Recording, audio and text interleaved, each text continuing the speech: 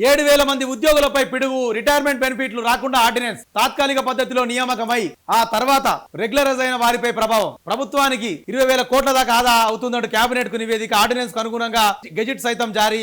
రాష్ట్రంలోని సుమారు 7,000 మంది ఉద్యోగులకు పిడుగు లాంటి వార్త ఇది. తాత్కాలిక ప్రాతిపదికన నియామకమైన ఆ తర్వాత వివిధ ప్రభుత్వ హయాంలో రెగ్యులరైజ్ అయిన వారు, నాన్ మాస్టర్ రోల్ గా చేరిన వారు, న్యాయస్థానం ద్వారా తమ సర్వీసులను రెగ్యులరైజ్ చేయించుకున్న వారికి, అంటే ఏదైతే 2004 నుంచి కూడా చాలా మంది ఒక 5 ఏళ్లు 10 ఏళ్లు పనిచేసి గవర్నమెంట్ లల్లా తర్వాత వాళ్ళు పర్మనెంట్ అయిన వాళ్ళకి కూడా రిటైర్మెంట్ అయిన తర్వాత వాళ్ళకి ఎటువంటి రూపాయి బెనిఫిట్లు ఇవ్వద్దని చెప్పేసి కూడా రాష్ట్ర సర్కార్ నిన్న గెజిట్ తీసుకొచ్చి ముంగడ పెట్టిందంట. దాని గెజిట్ కూడా వచ్చేసింది. రాష్ట్రంలో 7,000 మంది ఉద్యోగస్తుల కడుపు కొట్టి మీ కడుపులు నింపుకుంటున్నారు. ఇవాళ రాష్ట్ర ఖజానాకి 20,000 కోట్లు తీసుకొచ్చి ముంగడ పెడుతున్నామని చెప్పేసి ఒక మాట మాట్లాడుతున్నారు కదా.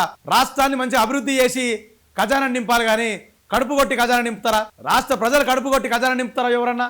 మరి ఉద్యోగస్తుల బతుకులేంది, ఆ ఉద్యోగస్తుల పరిస్థితులు ఏంది, ఆ ఉద్యోగస్తుల ఆశలు ఏంది, అసలు ఉద్యోగస్తుల పరిస్థితి ఏంది? ఇప్పుడు దీనికి కూడా గవర్నమెంట్ ఖచ్చితంగా సమాధానం చెప్పే తీరాల.